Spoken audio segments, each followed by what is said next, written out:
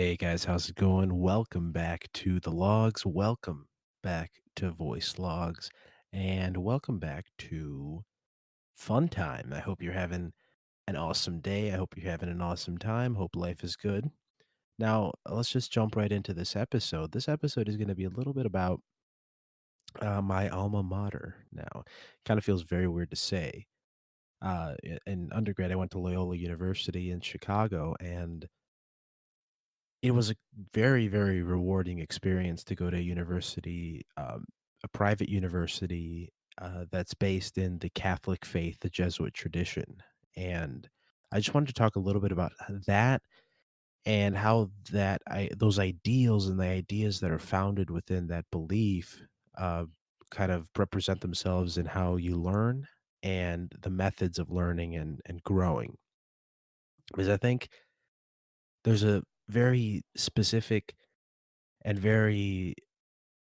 um, very big, like, itch that's scratched in the mind, I guess if you wanna be very philosophical about it, when you go about teaching and building up the whole person.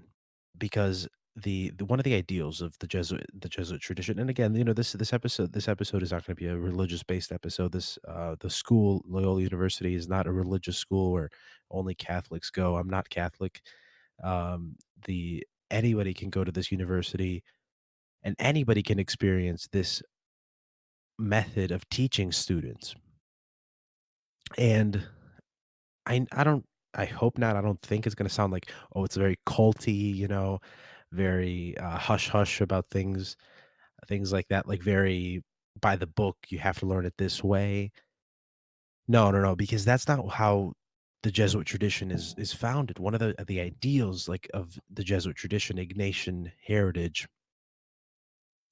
because the Jesuit uh, like sect of Catholicism was founded by a man named Saint Ignatius of Loyola from Spain, and he what he did, how he decided to change and adapt the idea of how we teach, is to actually teach a lot of, well, the whole basis of the Jesuit faith is within schools. A lot of how Jesuits teach their traditions are within schools and like private high schools and mostly universities, especially throughout the US. But there are huge amounts of many, many other schools outside of the US where they're taught all around the world. And you learn the similar methods of dealing with problems, dealing with issues and challenges that the world faces. Now, Ignatian heritage, and I have a pin right here from the university that there's an Ignatian Heritage Month. I'm not sure which one it is. I think it's October.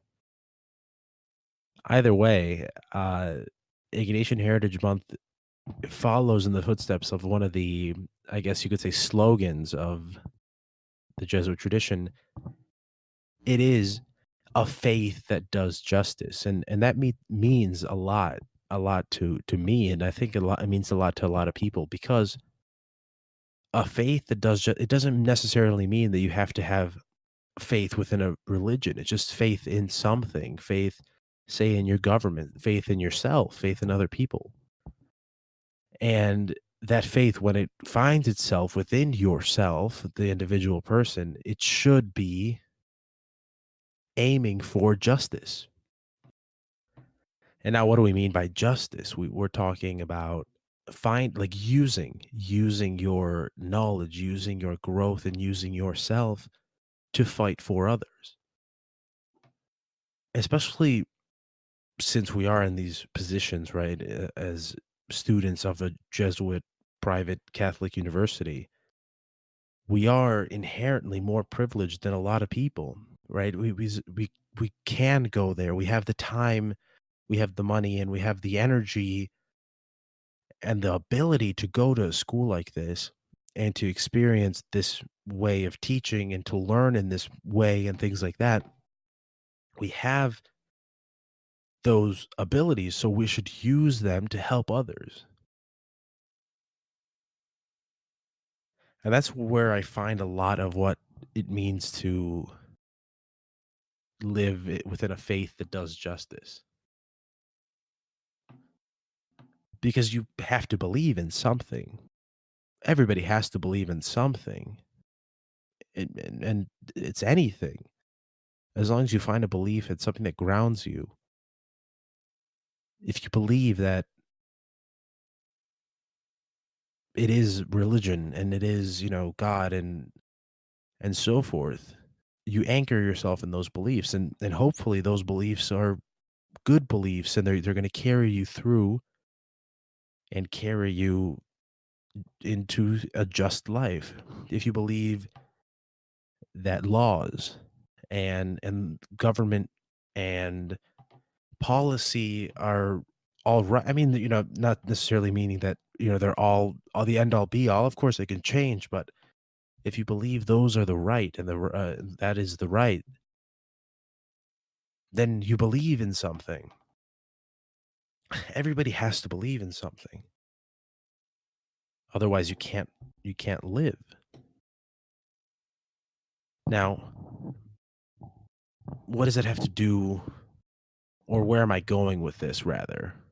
Now, especially being now we're heading into the and into the holiday season, or deep within the holiday season,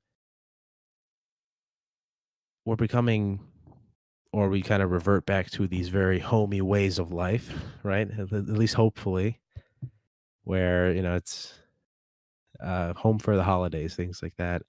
And I think it's a good time to talk about what it means to be, and where what it should mean, rather, what it should mean to be a human, to be a person, and to be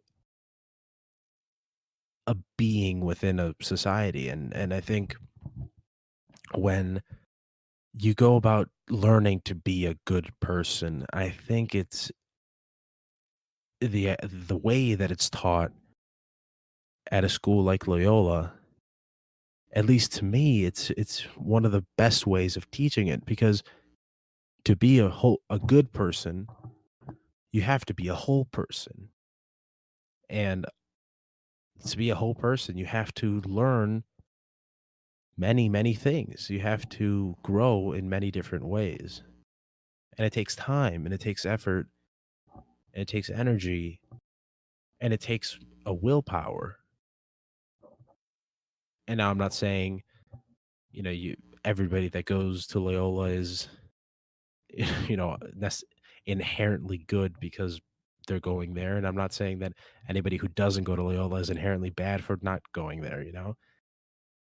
I'm saying that in my experience, this is one of the best ways to teach wholeness, because it's taught, at least how the courses are broken down, because of course it is a school, so everything that is taught has to be taught through the classroom. And there are avenues, say, of learning outside of the classroom, but we're going to focus on what the school inherently is. It's a school. So for the rest of this podcast, I guess we'll just focus on Loyola as the school in and of itself and how it teaches. So the way that it is taught, so you have your major, right? You have, say, take me for example. I had a biology major.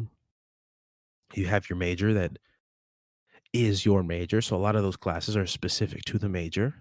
So for a biology major, you're taking a lot of biology classes and other science classes. If you have another major, like a language major, you're taking a lot of language classes and so forth. Other majors are focused in that major, as it should be. But what's added on top of that major is what is called a common core. And I think I have spoken about the common core before, but I'm not sure if I went into very much detail with it. The common core is a method of exploring avenues that you otherwise could not explore because of your major. And the reason behind it is to have a core because you're always going back to those common core classes to build the whole person, a whole person that specializes in one thing. So the common core is flexible. Take me for example. I took a lot of science classes.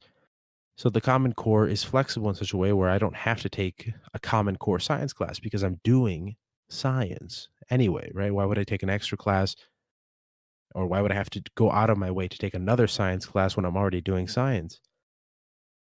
What the common core does instead is focus on things that are not science, things like philosophy, things like theology and writing and history and other things that are not based in science or in the very hard science like biology, chemistry, and physics. And now what this does is give you the time to I mean, when you're in the midst of it, here's the deal. It seems like it's just more work for the sake of more work. And I fell victim to this thinking too because it is more work because you're taking classes that are not related to your major and you're having to divert energy and change the mindset to go into doing well for those classes, but you can't leave them behind because they're solid classes. It's not like they're blow off classes. Maybe the 101s are, but they're still classes. You still have to take the exams. You still have to write the papers. You still have to go to class if you want to, of course. And so when you're in the midst of it, of course, it seems like more work. You're like, why? Why do I have to do this? And when they're talking about it, say in your orientation, they're talking about, Loyola's Common Core. This is what's going to make you a better person. You're going to know so much.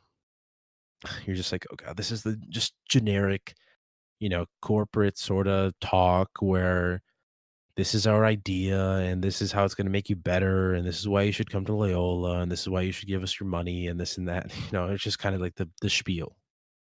Like, okay, well, let's just get it over with. Okay, okay. And then you're in it and you're kind of bummed out that there's so much work and stuff like that, but I think maybe the experience is similar for everybody else, but at least for me, uh, it was truly once I finished with a lot of my core classes around, my senior year when I was a lot through the Common Core curriculum, and I did miss it because I miss taking like a classical studies class where you're going back and you're diving. I was a huge fan of those classes, going back to study about like ancient Greek pottery and writing and poems and epic poetry, stuff like that. And it just kind of fell to the hard science, and you kind of think, well, I think they have a point. Back then, I didn't really think about. I say back then as if it was like a while ago. It was it was like last year, but I thought about it like, okay, there it's a good diversion, right? You're doing whatever anatomy, and it's nice to have a history or a classical studies class to just kind of divert your attention for a little bit. Something that doesn't require as much mental energy, mental capacity as an anatomy would, but it's still enough stimulation to get rid of a lot of the anatomy stress and focus on something else for a change, right? I didn't really think about it then as constructing the whole person. I think about it more now when I'm only taking science and it does get a little dry and it does get a little much. And I kind of wish that there was a class like a classical studies where sure you're taking a class, right? And it's more work because you're taking a class and you have to do the work and the study and the lecture and the exams and the quizzes and the writing of the paper, whatever. But it still diverts your attention and it stimulates you in a way that science doesn't. It stimulates other parts of the brain because you're only focused when you're only doing like a science, or when you're only doing, let's say, for non-science majors, for other things, like you're only doing policy, you're only reading, you're only writing, things like that, it's kind of blinding. It's like you're putting on those horse blinders and you're not doing anything else. You're not focusing on anything else. And you're only stimulating that one part of your brain over and over and over and over and over again. It gets tiring. Even if you are learning and you are growing and you are taking different classes within, say, a biology field, or within a language field, things like that. Sure, it's you're changing and you're doing things like that. You're taking different classes. You're learning different aspects of that idea, that study, that subject. But still, you're only focused on that, and you're only triggering the parts of the brain that are that. So I think that's what the Common Core does. It aims to pick at other parts of the brain, pick at other parts of that person, and stimulate them, and say, okay, this is the philosophical part of the brain. Let's find that part and let's teach it. This is the historical part of the brain. This is the part of the brain that's creative, and this is the part of the brain that's artistic, and this is the part of the brain that is so and so. The many different parts that trigger many different actions, that trigger many different streams of knowledge and things like that. It makes a whole person, right? Because when you're focused, like some schools do, where you go in and you do your major because you did your major. That's what you came into the school to do. You're only doing that one thing. And sure, you come out of that program very knowledgeable and ready to go for the field of that choice, but you're th- you are lacking.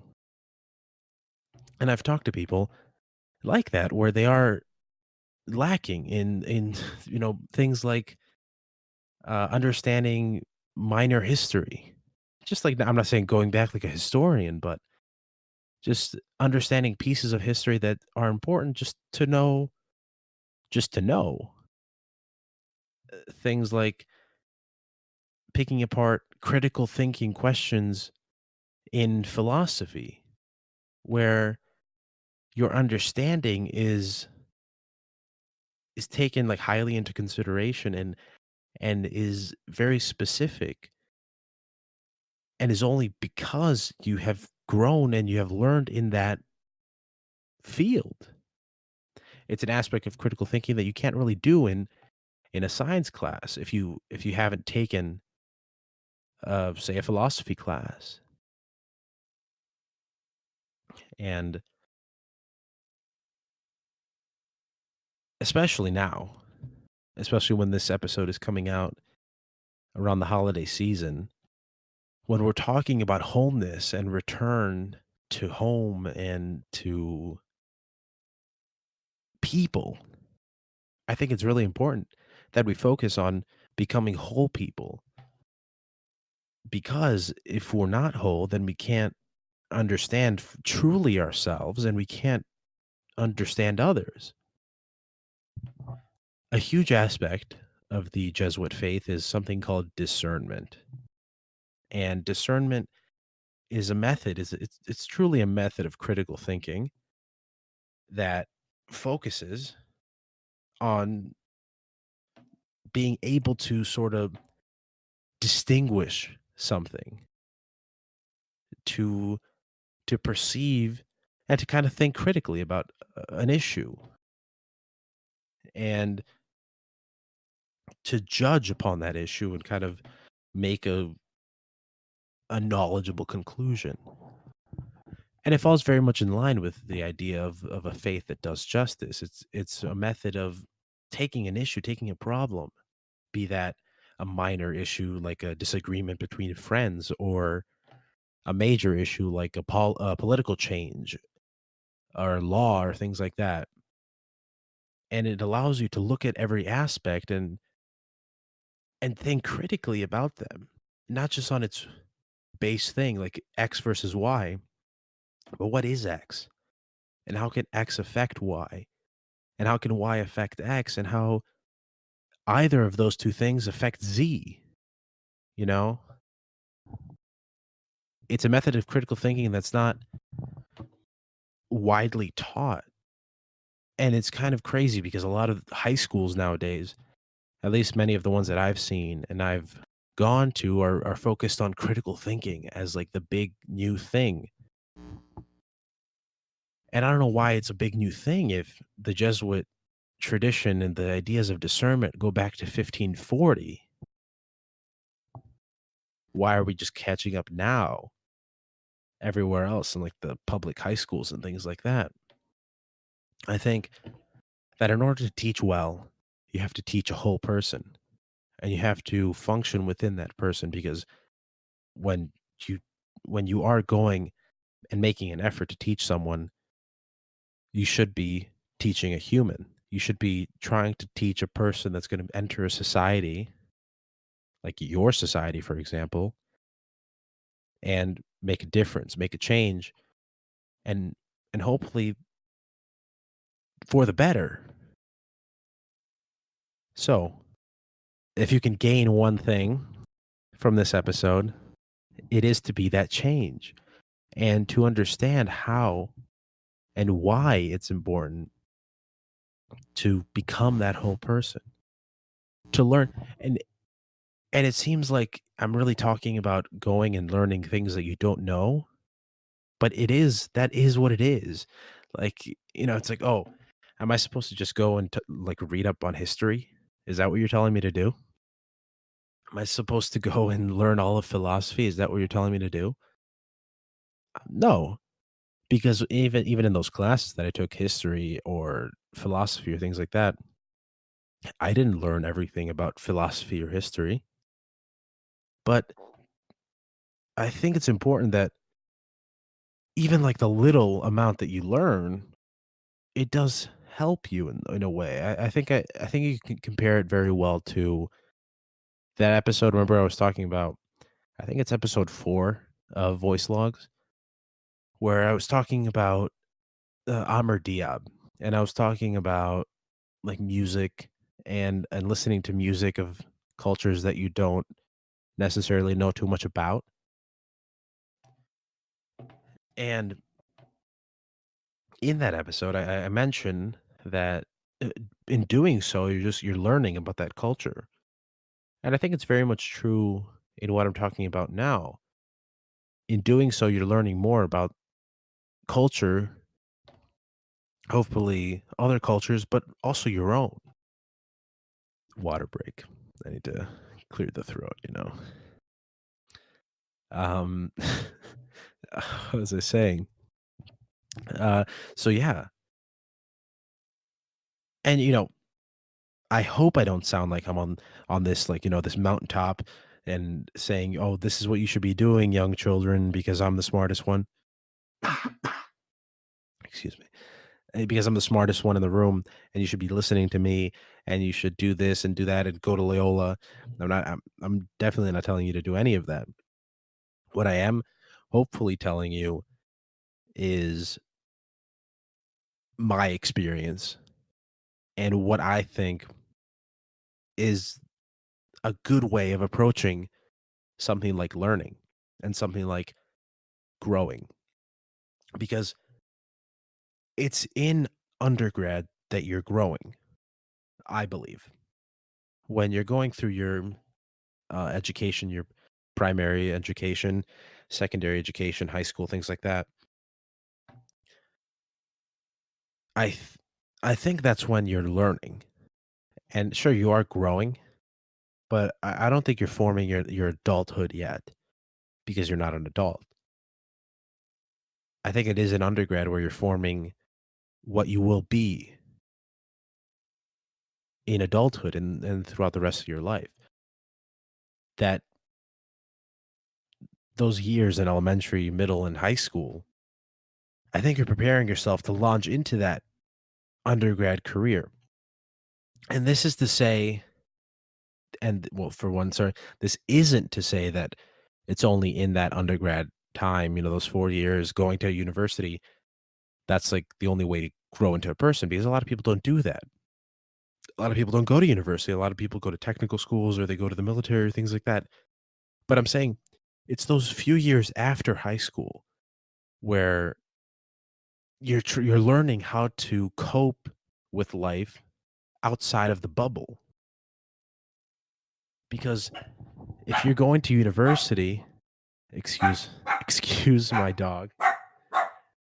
If you're going to university, you're going you're going to you're going in order to grow yourself, and you're going to experience something like life beyond this very sheltered place that was like your primary education, like high school, things like that. And I think those are the formative years. So taking time to grow in those formative years is important, and taking time to learn is very important too, because it's only through learning especially about each other, that we can grow closer together. And I hope that's the message that could be spread this holiday season.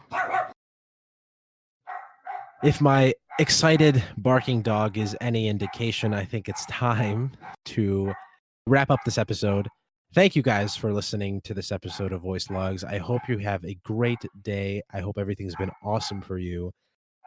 We love you here at the logs. Hope you stay tuned for more episodes. It's not just one more episode. I hope you guys can go and follow the social media platform. You can follow us on Instagram, Twitter, and Facebook. You can go to the merch store. You can pick up some awesome merch for yourself just in time for the holiday season.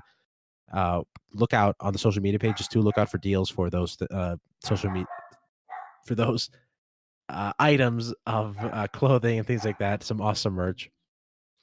Then, if you like to, and if you want to see a nice transcription of the podcast, you can go to our YouTube channel, go subscribe there.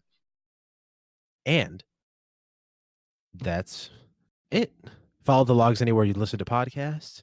I hope that you have a great rest of your day, rest of your year, and I hope you have an awesome holiday season. Hope to see you in the next episode. Keep on laughing and have an awesome, awesome time. Thank you so much. You're awesome, of course, and we'll see you soon.